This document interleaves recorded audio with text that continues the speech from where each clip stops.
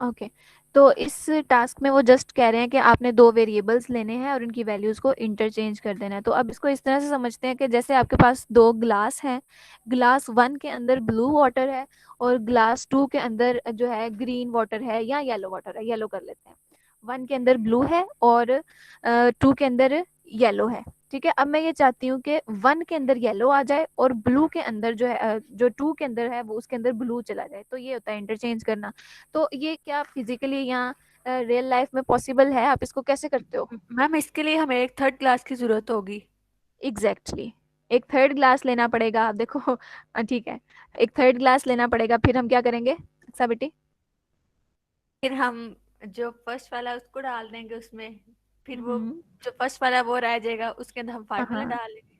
हाँ हाँ, बिल्कुल। तो इंटरचेंज ये कर। ऐसे ही है। हाँ, इस तरह से हमारा लॉस नहीं होगा। अदरवाइज क्या होना था, अगर हम टू वाले ग्लास का वाटर जो है वन वाले में डाल देते तो क्या होना था, दोनों का कलर शायद मिक्स होके वो आउटपुट नहीं आना था जो हमें चाहिए था। कलर चेंज हो जाता शायद। हाँ, अगर बात करते कि ग्लास ऑलरेडी फुल है, बॉटल नेक डाए हुए हैं, तो क्या होगा फिर उसके अंदर वो ओवरफ्लो हो जाएगा, पानी आपका बाहर गिर जाएगा, वो ज़ाया हो जाएगा। तो दोनों सूरतों में नुकसान है। दोनों सूरतों में हमारा जो वेरिएबल या हमारे पास जो कंटेंट है, जो वैल्यू है, वो हमारी वेस्ट हो गई है। अब हम वेस्ट नहीं करना चाहते तो हम क्या करते हैं, एक थर्ड वेरिएबल लेते हैं, उसके अंदर किसी एक को सेव कर लेते हैं और जो हमारे पास खाली आ गया, चाहे वो ग्लास वन है चाहे वो ग्लास टू है, उसके अंदर ग्लास दूसरे वाले का डाटा डालकर और वो टेम्पररी जो ग्लास हमने लिया हुआ है उसको यूटिलाइज करते हुए हम एक्सचेंज इजीली कर सकते हैं। और लास्ट पर अगेन ग्लास वन और ग्लास टू ही हम दिखा देंगे, लो भाई हमने एक्सचेंज कर दिया। ऐसे ही है ना? तो इसी तरह से हम वेरिएबल्स के अंदर भी काम करते हैं। वेरिएबल्स क्या है? प्लेस होल्डर्स ही है ना, मेमोरी स्पेसिस हैं। तो समझ लो कि इसके अंदर हमने जिस तरह से ग्लास के अंदर हमने कुछ कंटेंट डाला था, इसी तरह से हम वेरिएबल के अंदर कुछ वैल्यूज डालते हैं। ये बात डाइजेस्ट हो गई सबको? जी मैम। Yes ma'am. बाकी class? Yes ma'am. Yes ma'am. चलें, तो इसको करके देखते हैं क्या कहता है। Instructions as it is follow करते हैं हम लोग। हमने एक प्रोग्राम बनाना है, lab two post lab task one dot Java के नाम से। अप्रोप्रिएट वेरिएबल के नेम रखने हैं। अब ये हमने उसने हम पे छोड़ दिया। पहले वो हमें खुद कहता था ना, फीट के नाम का वेरिएबल रखो, इंच के नाम का वेरिएबल रखो। अब ये हम खुद बना रहे हैं। तो आपके ऊपर उसने आपको दिया हुआ चॉइस। यहाँ आप चाहे तो इसकी ऊपर वाली आउटपुट को देखते हुए ए बी वेरिएबल्स का नाम रख लो, चाहे N1 N2 रख लो। फिर इनको हम स्वैप करेंगे और फिर प्रॉपर अपने कोड को इंडेंट किया करना है हमेशा। अब से हम लोगों ने अपने प्रोग्राम को इंडेंट मतलब स्पेसिंग का ख्याल रखना है, रीडेबल होना चाहिए और अपने कमेंट्स का भी ख्याल रखना है। उसको फिर प्रिंट करना है अप्रोप्रिएट मैसेज को। तो चलते हैं अपने विंडोज़ एक्सप्लोरर में, जहाँ पर हमने फ़ाइल बनानी है। फ़ाइल बनाने का सेम मेथड, आपने जिस फोल्डर में फ़ाइल बनानी है वहाँ पर राइट क्लिक किया, न्यू बटन से आप न्यू ऑप्शन से आप टेक्स्ट डॉक्यूमेंट लेते हो। टेक्स्ट डॉक्यूमेंट का आपने नाम वही रखना है जो आपको इंस्ट्रक्शन मिली है। तो उसने क्या कहा, lab two post lab, like क्या फाइल का नाम था आपकी फाइल का नाम? Post lab. Post lab two lab. Post lab task one. Post lab task one. Post lab task one. और इसकी एक्सटेंशन को चेंज कर देंगे। एक्सटेंशन क्या, बेसिकली इससे पता चलता है हमारी फाइल किस टाइप की है। पहले txt थी तो आपके यहाँ पर टाइप में नीचे लिखा रहा था टेक्स्ट डॉक्यूमेंट। अब मैं डॉट जावा करके जब इसको सेव करूंगी तो ये फाइल कौन सी बन जाएगी, जावा फाइल। तो ये मेक श्योर कर लिया करने आपने एडिटिंग से पहले। तो अब हमने देख लिया कि जी हाँ, टाइप इसकी जावा हो चुकी है। अब इसको डबल क्लिक करके ओपन कर लिया। अब इसके अंदर प्रोग्राम लिखना शुरू करते हैं। तो एग्जैक्टली जैसे आप लोग अपने पुराने प्रोग्राम्स लिखते हो, क्लास का हेड एज इट इज़ आया करेगा, पब्लिक क्लास। क्लास का नाम एग्जैक्टली वैसा जैसा आपकी फ़ाइल का नाम है। फ़ाइल के नाम में हम अपर केस और लोअर केस का भी ख्याल रखेंगे, क्योंकि पोस्ट के स्पेलिंग मैंने बाहर ठीक नहीं लिखे हुए। इसको मैं बाहर जाके एडिट मैम वहाँ करती हूँ। पे सिर्फ पोस्ट। हाँ, वहाँ से मैं ठीक करती हूँ। Post task number one. ठीक है, इसको मैं अभी एडिट कर लेती हूँ, हम लोग इसको मिस्टेकनली एग्जीक्यूट ना कर जाए। पोस्ट, ठीक है। वरना हम ये भी कर सकते थे कि अपनी क्लास का नाम खाली POS रख लेते, तो वो मीनिंगफुल नहीं रहना था, इसलिए हमने एडिट कर लिया। मैम चले, अपने क्लास का नाम गलत रखा है। लैब टू पोस्ट टास्क है, आपने lab two task post task लिखा हुआ है। पता नहीं, उन्होंने हमें इसी तरह से इंस्ट्रक्शंस दी थी तो हमने इसी तरह से फॉलो कर लिया। तो ये कोई इतना मतलब वरी होने की चीज़ नहीं है, उसने ऐसे ही बोला था हमें तो हमने ऐसे ही कर लिया।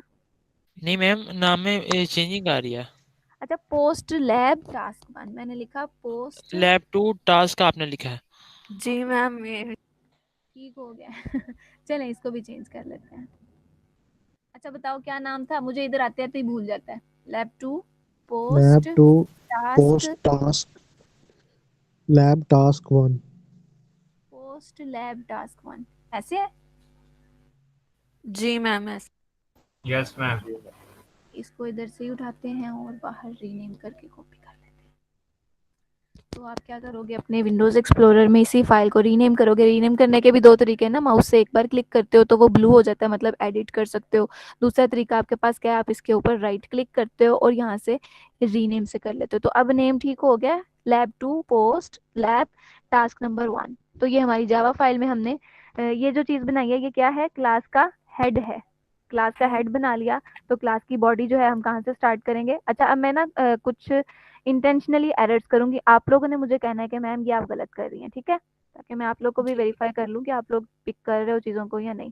तो क्लास का हेड बना लिया, क्लास की बॉडी बना ली। अब मैं मेन फंक्शन बनाऊंगी। तो मेन फंक्शन हमेशा पब्लिक से स्टार्ट होता है, पब्लिक मैम उसके अंदर आएगा, ये मैम ये आपने ये बॉडी गलत आ बॉडी ओके, मैम के अंदर आएगा। शाबाश। तो ये चीज़ आप लोगों को याद है कि हमने इसकी बॉडी बनाई ही इसलिए थी कि हमने इसकी बॉडी के अंदर कुछ देना है। तो बॉडी के अंदर कुछ रखना है तो उसके लिए हम क्या करते हैं, इंडेंट करते हैं कोड को। जब चीज़ के अंदर कोई चीज़ होती है तो हम उसको इंडेंट करते हैं। जैसे मैंने एक बार पहले भी आपको शायद बताया था कि विंडोज़ एक्सप्लोरर ने भी अपनी चीज़ों को ऐसे ही असाइन किया हुआ है, अलाइन किया हुआ है एक्चुअली।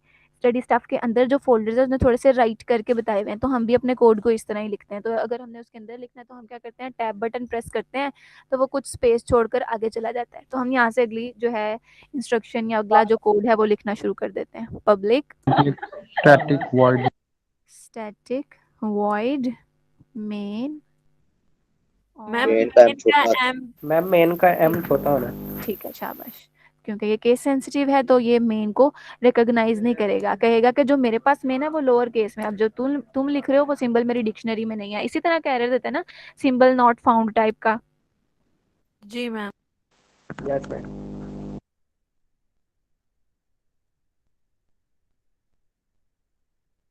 और फिर हमने इसकी बॉडी स्टार्ट कर दी। और ये उल्टा लिख दिया है।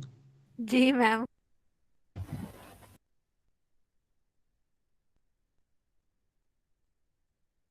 इस तरह की गलतियां देख के आप लोग को रिलैक्सेशन भी हो रही है ना, हम थोड़ा सा एक्टिविटी इस यस तरह से मैम कर थोड़ा रहे थोड़ा हैं। आ रहा है।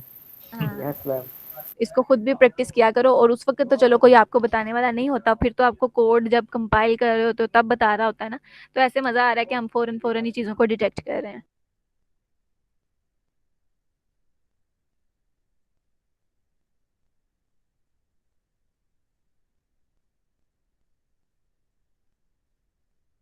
चलें जी, रिक्वायरमेंट क्या है हमारी कि हमने दो वेरिएबल्स को बनाना है, उसके अंदर कोई डाटा देना है और उसके वैल्यूज़ को चेंज करना है। तो दो वेरिएबल्स हम अपनी मर्जी से उनके नेम ए बी रख लेते हैं, जैसा उसने लाइक ऊपर भी कहा है। हम n1 n2 के साथ भी जा सकते हैं। तो अब आप मुझे बताओगे ये जो मैंने किया ये क्या है, इंट ए। इतने से स्टेप को क्या कहते हैं, डिक्लेरेशन। डिक्लेरेशन। ये हो गया वेरिएबल डिक्लेरेशन। जी बेटे, वही जी, तलहा का कोई क्वेश्चन है जी बेटे?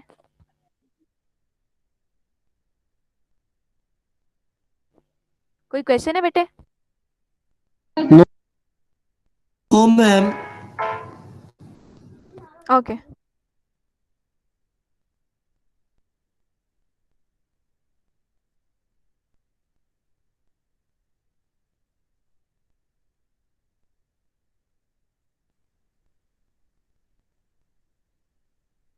Five ma'am. इस स्टेप को क्या कहते हैं, यहाँ पर क्या हुआ है?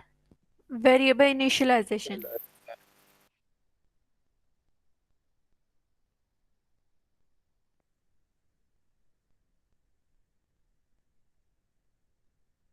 इनिशियलाइजेशन। तो हम सिंपली इनिशियलाइजेशन भी लिख लेंगे, उसको कोई मसला नहीं होगा क्योंकि ये तो पार्ट हमारे यूज़र के लिए है, फर्दर जिसने रीड करना है उसके लिए। तो उसको पता है जी इनिशियलाइज हम वेरिएबल को ही करते हैं। तो मैंने अगेन वेरिएबल इनिशियलाइजेशन पूरा वर्ड नहीं लिखा, तो यहाँ पर एरर नहीं आएगा, है ना। हमारे पास इतनी तो अथॉरिटी है ना कि हम उसके कमेंट के अंदर जो मर्जी लिखें।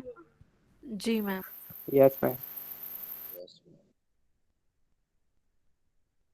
मैम बी के आगे सेमीकोलन।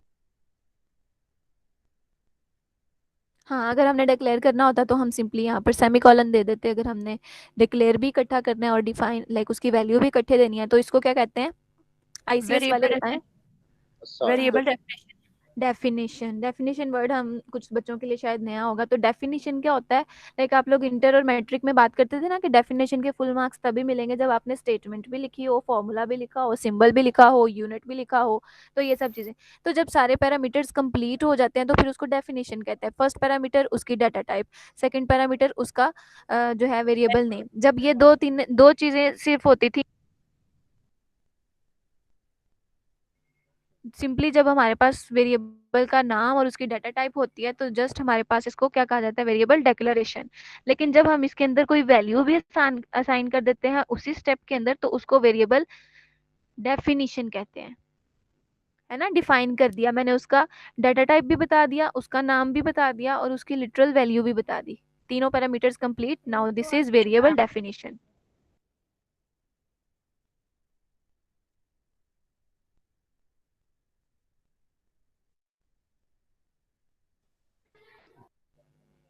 चलो, यहाँ तक डाइजेस्ट हो गया सारी क्लास को? मतलब अभी तक कोई ऐसी चीज नहीं है जी कि जो मैम। सिर्फ आईसीएस वालों के रिलेटेड है, नॉन आईसीएस वाले भी इस बात को पिक कर सकते हैं। हम सारी चीजों को 0 पॉइंट से ही डिस्कस कर रहे हैं। तो सारे बच्चे एक बार एक्नॉलेज कर दें ये चीजें। डिक्लेरेशन, इनिशियलाइजेशन, डेफिनेशन सब आपको डाइजेस्ट हो गया? यस जी मैम। मैम। Yes ma'am. चलो ठीक है, शाबाश। तो अब हमारा प्रोग्राम का मेन एजेंडा जहाँ पर हमने वर्किंग परफॉर्म करनी है। तो जैसे आप लोगों ने लॉजिक, मतलब एक काम को करने के हजारों तरीके हैं, तो उसमें से एक जो है बच्चों ने शेयर किया कि हम एक टेम्पररी वेरिएबल ले लेते हैं, उसके साथ जो है स्वैपिंग कर लेते हैं। तो मैंने एक वेरिएबल बनाया टेम्प नाम का।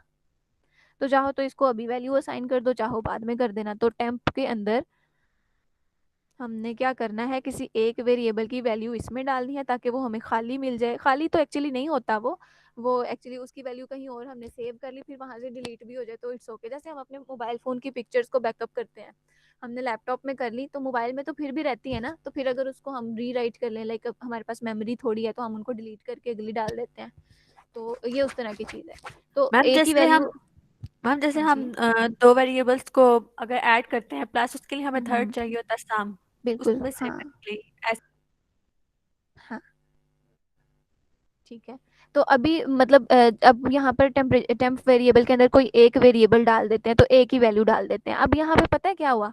ए के अंदर भी वही वैल्यू है, टेम्प के अंदर भी वही वैल्यू है। ये असाइन करने से ऐसा नहीं होता कि ए जो है वो खाली हो गया है। जैसे हम ग्लास की बात कर रहे थे क्योंकि ग्लास में पानी नहीं रहा, वो तो सिर्फ मैंने उसको समझाने के लिए उस तरह से बात की थी। तो आप लोगों ने इसको इस तरह से नहीं समझना कि ए की वैल्यू चली गई, ठीक है। तो इसको हम प्रिंट करके देख लेंगे हर स्टेप को। तो यहाँ इस स्टेप को क्या कहेंगे? जो लाइक ये इंट टेम्प लिखा है, यहाँ पर क्या हुआ बेटे? डिक्लेरेशन। जी मैम। Okay, declaration. और यहाँ पर क्या हुआ है? Initialization. Initialization. Initialization, declaration, definition, ये सब चीजें हम लोगों को अंडरस्टैंड हो गई हैं। तो अब क्या हुआ? हमने वैल्यू उसके अंदर असाइन कर दी। तो मैं ना यहाँ पर कमेंट ऐड कर देती हूँ कि असल स्वैपिंग जो है यहाँ पर होने जा रही है, ताकि नेक्स्ट टाइम अगर हम इसको पढ़ें तो हमें इजीली समझ आ जाए। तो स्वैपिंग दरअसल यहाँ हो गया, हमने एक ही वैल्यू जो है वो टेम्प में डाल दी। फिर हम क्या करेंगे, ए की वैल्यू जो है हमारे पास सेव हो गई है, उसका बैकअप बन गया। अब हम ए के अंदर कुछ डालते हैं, ए की ओरिजिनल वैल्यू चली भी जाती है तो कोई नुकसान नहीं है क्योंकि उसको हमने बैकअप कर दिया हुआ। तो इसके अंदर हम डाल देते हैं बी की वैल्यू। देन अब क्या करेंगे, हम बी के अंदर किसकी वैल्यू डालेंगे? ए की। क्लास अब बी में क्या डालना चाहिए? ए मैम मैम। बी की जगह ए की वैल्यू। ए की वैल्यू, लेकिन ए में तो इस वक्त बी मौजूद है। टेम्परेरी डाल। सी डाल दी। डाल दे नहीं ना, लॉजिक पीछे रीजन क्या है? मैम रीजन भी हमें इंटरचेंज पता करना है। होना चाहिए। हाँ, भला क्या हुआ है देखो, ये वाले स्टेप में, हाँ रुको, ये वाले स्टेप में क्या हुआ है? टेम्प के अंदर वो वैल्यू है जो ए की है, यानी ये डुप्लीकेट वैल्यू है उसकी, यानी उसका जो है बैकअप आ गया हमारे पास। जब हमने ये कर लिया ना, ए इज इक्वल टू बी, अब ए की जो पुरानी वैल्यू है वो अब यहाँ पर नहीं रही। अब ए के अंदर क्या है? बी वाली वैल्यू। तो बी के अंदर क्या था? 2, है ना। जी मैम। ये हम सारी चीजें यस प्रिंट मैम। करके देखेंगे तब सही से आप लोग को समझ में आएगी। तो अब अभी तक के लिए इतना समझो कि हमने ए की वैल्यू 5 थी, वो हमने टेम्प में डाल दी। जब हमने बी की वैल्यू ए में डाली तो अब ए के अंदर भी आ गया 2। ठीक है, टेम्प में क्या है 5 है ना। जी ma'am. Yes, ma'am. Yes ma'am. अच्छा, मैं उल्टा तो नहीं कर रही क्लास? मैं ऑपोजिट नो तो नहीं मैम। बोल रही? नो चले, मैम। तो टेम्प वेरिएबल के अंदर हमने ए की वैल्यू डाल दी 5 और ए वेरिएबल के अंदर हमने बी की वैल्यू डाल दी 2। तो अब हम बी के अंदर क्या लाना चाह रहे हैं, मैम 5 ना। तो अब 5 5। कहाँ है, टेम्प में पड़ा है, तो फिर हम यहाँ पर टेम्प असाइन करेंगे। तो ये स्वैपिंग का सिंपल लॉजिक है। तो अगर आप चाहो तो कमेंट में अपने फेलो को समझाने के लिए लिख सकते हो कि टेम्प के अंदर क्या जा रहा है। ए की वैल्यू तो लिख दो 5, या चाहे ए लिख दो, और यहाँ पर आप लिख दो ए के अंदर जा रहा है बी, और बी के अंदर क्या था 5। मतलब कमेंट आपको यही फैसिलिटेट कर रहा होता है कि आप उसकी जो अंडरस्टैंडिंग इनहांस करने के लिए कोई हिंट देना चाह रहे हो तो हिंट उसको दे दो। तो आई गेस यहाँ पर 5 है।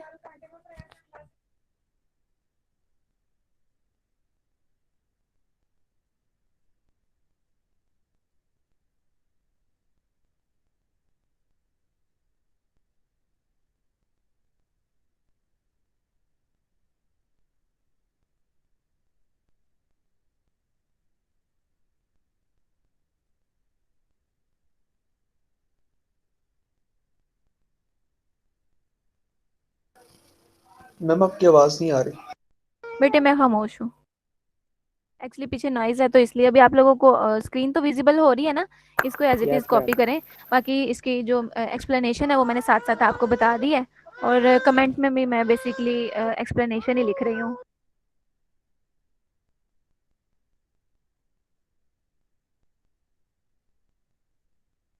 यहाँ तक डाइजेस्ट हो गया सारी क्लास को? Yes, ma'am. Yes ma'am. जी मैम।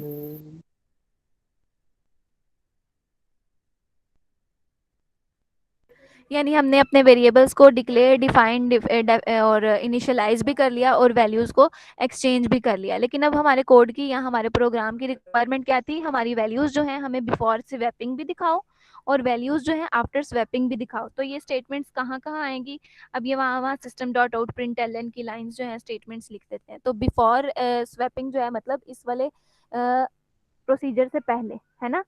तो वो हम चाहे तो यहाँ पर लिख लें, चाहे तो यहाँ पर लिख लें, तो सेम ही है।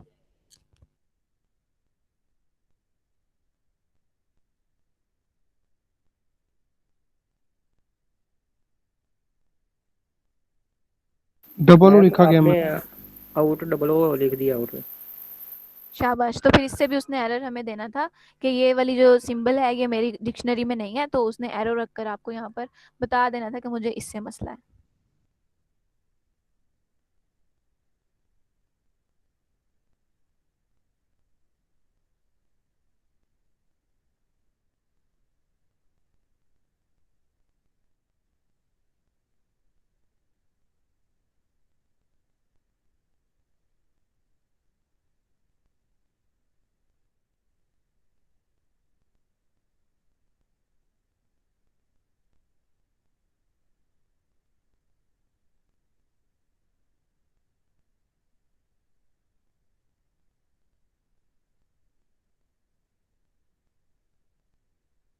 अच्छा, आपको प्रिंट फंक्शन का आइडिया है ना, हमने बात की हुई है इसके ऊपर। तो प्रिंट भी फंक्शन है। अब ये है कि ये एक ही लाइन के ऊपर प्रिंट करेगा, है ना।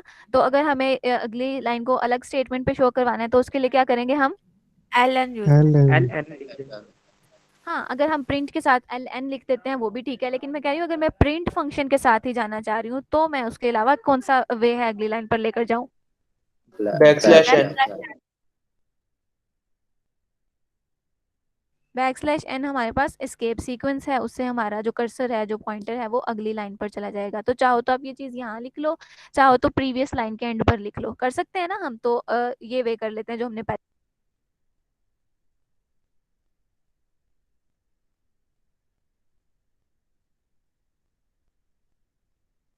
और एक काम करने को के मल्टीपल वेज हैं, तो आप किसी दूसरे वे से भी जा सकते हो, मैं बाउंड नहीं कर रही आप लोगों को।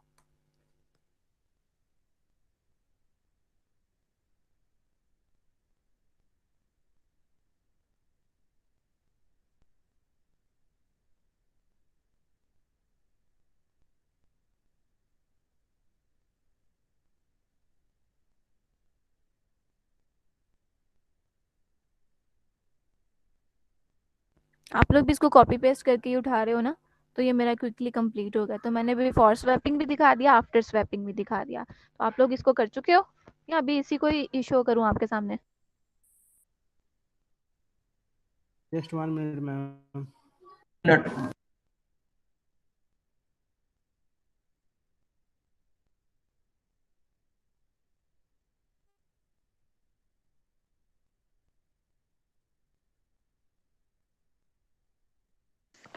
मैम मेरा ना नेट बार बार डिस्कनेक्ट हो रहा है, तो प्लीज आप इसकी वो शेयर कर देंगी ना ये लेक्चर।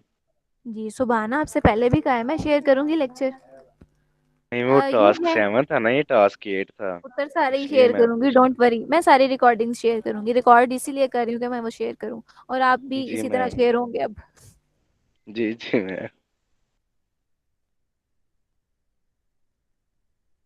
चलें, यहाँ तक कर लिया सबने? मैम इसमें नहीं लिखना बैकस्लैश n। हाँ, ये मैंने इंटेंशनली ऐसा किया है। तो बेटा फर्क तो कोई नहीं है, आप चाहे आगे लिखो पीछे लिखो जहाँ पर भी लिखो। अब देखो यहाँ से हमें नजर आ रही है ना स्क्रीन, यहाँ से क्या होना था, दूसरी लाइन प्रिंट करके उसने तीसरी लाइन के शुरू पर आ जाना था। हाँ ठीक है, उसने फिर ये सारी चीज प्रिंट करनी थी और उसके बाद उसने नई लाइन पर जाना था, तो वो मैंने अगली स्टेटमेंट के स्टार्ट पे लिख दिया। तो ये आप कहीं पर भी लिख सकते हो, यानी यहाँ पर आपको अथॉरिटी है, इसीलिए मैंने इंटेंशनली इसको यहाँ पर लिखा है कि बच्चे यही ना समझे कि हमेशा हर लाइन के एंड पर ही लिखना है, कभी हम शुरू पे भी लिख सकते हैं। हाँ, अपने कोड की यूनिफॉर्मिटी के लिए, अपनी आदत के लिए वो आप कर सकते हो कि हाँ मैं हमेशा ही एंड पर लिखता हूँ, तो इसलिए मैं हर बार एंड पर ही लिखूंगा। ऐसे ही होता है कि बच्चे फिर भूलते नहीं है। तो आपके पास अथॉरिटी, आप बैकस्लैश एन कहीं पे भी लिख सकते हो।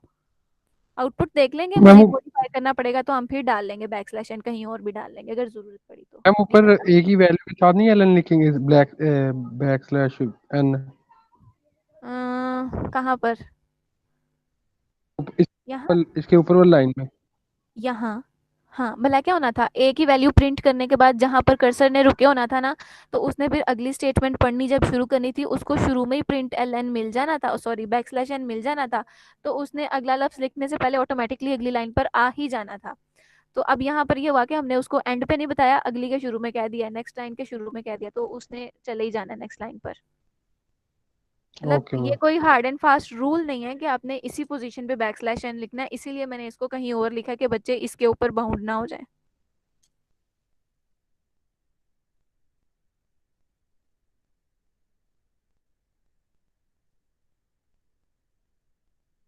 अब इसको कंपाइल करके देंगे बेटे? Yes ma'am. Yes ma'am. Make sure कर लो आपने इसको सेव कर लिया, कंट्रोल एस के साथ सेव कर लो। कंपाइलेशन के लिए आपने सिंपल जावा सी कमांड और अपनी फाइल का नाम, अब फाइल का नाम आप लोग बता दो क्या है, इतना लंबा तो उसका नाम था, lab two post lab task one, और एक्सटेंशन मस्ट देंगे वरना वो हमें एरर देगा। एंटर प्रेस करते हैं तो वो क्या कहता है, जी कोई एरर नहीं है, मतलब कोड के अंदर कोई एरर नहीं है, सिंटैक्स एरर नहीं है। तो इसी को एग्जीक्यूट करना है। तो अप वाली की से पुरानी कमांड मिल गई हमें, और यहाँ से जस्ट एडिटिंग कर ली ताकि हमें पूरा नाम ना लिखना पड़े। तो एंटर प्रेस करेंगे तो हमें आउटपुट मिल गया एज इट इज़। तो वही हुआ ना जो हमारी रिक्वायरमेंट थी। अब मैं चाहती हूँ कि मुझे ना ये आउटपुट ज़रा अलग नज़र आए, सारी लाइन्स इकट्ठी इकट्ठी हैं, लाइक फर्स्ट लाइन से पहले भी एक लाइन खाली हो, नेक्स्ट लाइन से भी पहले एक लाइन खाली हो, या कुछ जो है स्पेसिंग के लिए। तो उसके लिए क्या करेंगे, हम इसके शुरू में भी एक बैकस्लैश एन डाल देंगे।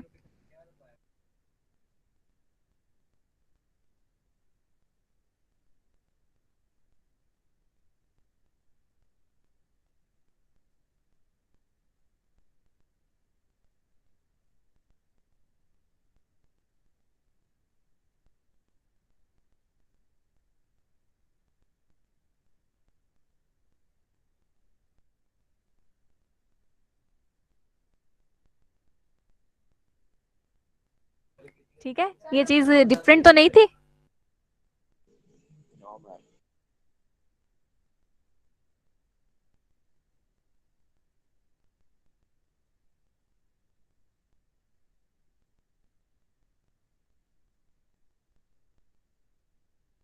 ठीक हो गया। तो आपको बैकस्लैश एन और एस्केप सीक्वेंसेस यूज करने का पता है, तो आप उस तरह से अपने आउटपुट को किसी तरह से भी शो कर सकते हो। ठीक है क्लास, यहाँ तक कोई क्वेश्चन? मैम कोई डिफरेंस तो मेरे ख्याल से नहीं आया, नहीं आया है, ठीक है। हाँ वो बस है अपीयरेंस का मैम। या विजिबिलिटी का, हाँ मतलब ऐसे हमारे कोड में या वो प्रोग्राम में फर्क नहीं आया, जस्ट उसकी जो है हमने फॉर्मेटिंग चेंज किया, स्पेसिंग चेंज किया है।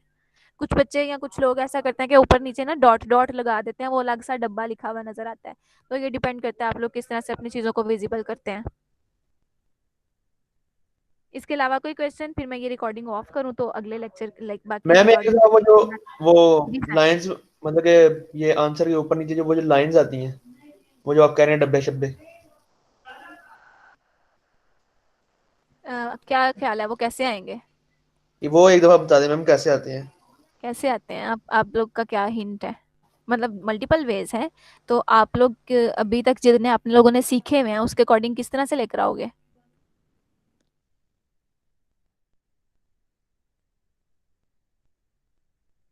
मैम उसके लिए हमें एक बहुत अलहदा आसान है। System dot out dot print हाँ लिख के ना, हाँ वो एक ऊपर एक नीचे लाइन बना देते इस हाँ, तरह। इस तरह से बस। और इसके अलावा भी वेज हैं कुछ, हम बिल्ट इन फंक्शंस भी यूज करके कर सकते हैं, तो वो अभी तक आप लोग की लर्निंग में नहीं है, तो हम जो एग्जिस्टिंग मेथड्स है ना उसी के साथ चलते हैं। तो ऊपर नीचे इस तरह से सेव कर लेते हैं इसको।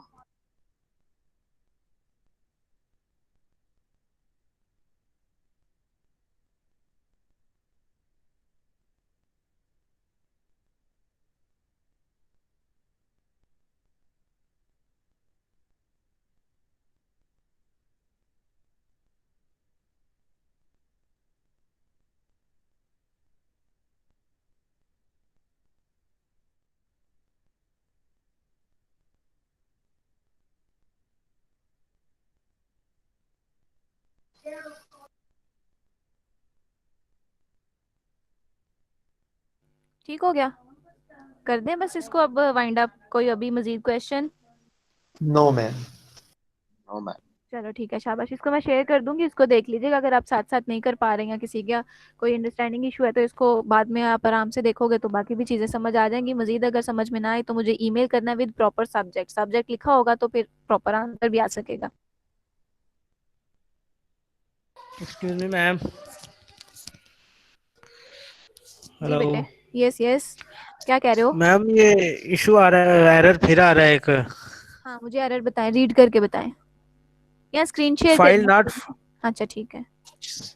File not found lab two name name का, नेम की यूजेज। गलती है, रीनेम की। मैम नेम नेम तो बिल्कुल सही है।